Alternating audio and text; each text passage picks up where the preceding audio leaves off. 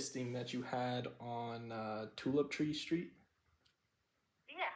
Yeah, I had sent you a letter of intent earlier in the week, or I guess maybe last week. Did you get a chance Was to it? look at that? I'm, I'm sorry, say that one more time. You cut out. Yeah. Were you the one that was like three something in the threes? Um, Right. no, I wasn't. It wasn't a cash offer. It was more of like a creative option. So maybe what you saw on there is Oh what. yeah. No, they're not interested in that at all. They want the money, so won't work for them. Hmm. So like, I didn't know. Maybe what. Do they have a bunch of equity in the property, or what do you mean they want the money? They want to sell the property and use their VA benefit, so Hmm. they don't want to as an assumption.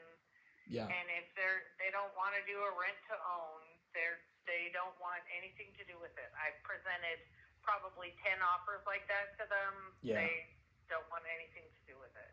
Got it. That makes sense. I get that. I know it's not gonna be the perfect scenario for everybody. If I saw what the rate was correct, it was like a 2.8 or something. I was like, man, I would love to have that because that's what I'm looking to buy. Oh, okay. Yeah. And you came in at full price, or?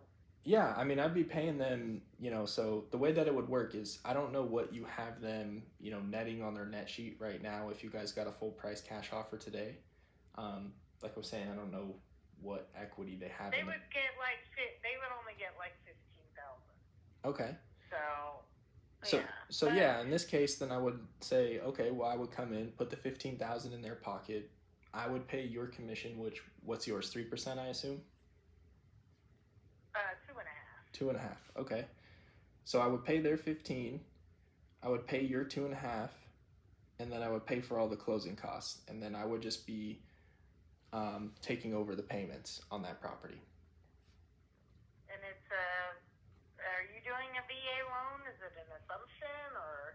No, so it's not an assumption. I know you mentioned that they want to use like their They need to use their benefit to buy their next property. Yeah. Have they looked into getting a second home loan through the VA? Because I know a lot of times, depending on how much eligibility they have, the lender would be able to tell them that and be like, hey, you still qualify for, I don't know what it would be, 400,000, 500,000 Yeah, at I 100% already finance.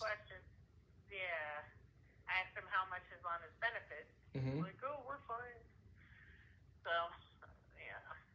I mean, I'll have another conversation with them because I know they're hot to move. Yeah. So, I'll keep you in the loop. But he's working, so I can't talk to him until this afternoon later. Okay, no problem. So, I mean, if they're looking for, a quick way out, that might be it. Yeah, for So sure. you're saying the loan stays in his name, and then you're like doing a rent to own kind of thing. Yeah, so I'm not doing a rent to own so the loan, yes, would stay in his name, and then I would become the owner of the property. The deed would transfer over to me. It's just the loan would stay in place, and then what he would do with the VA is just say, hey, I'm looking to use this property as my departure residence and buy another one. What could I qualify for to get that other house that I want to move into? And then, a lot of times, some veterans, they still have a lot of eligibility left, so then he could even get that second house at 100% finance through the VA. Okay. All right. Well, yeah, I'll have a talk with him later. Okay. I'll let you know what he says.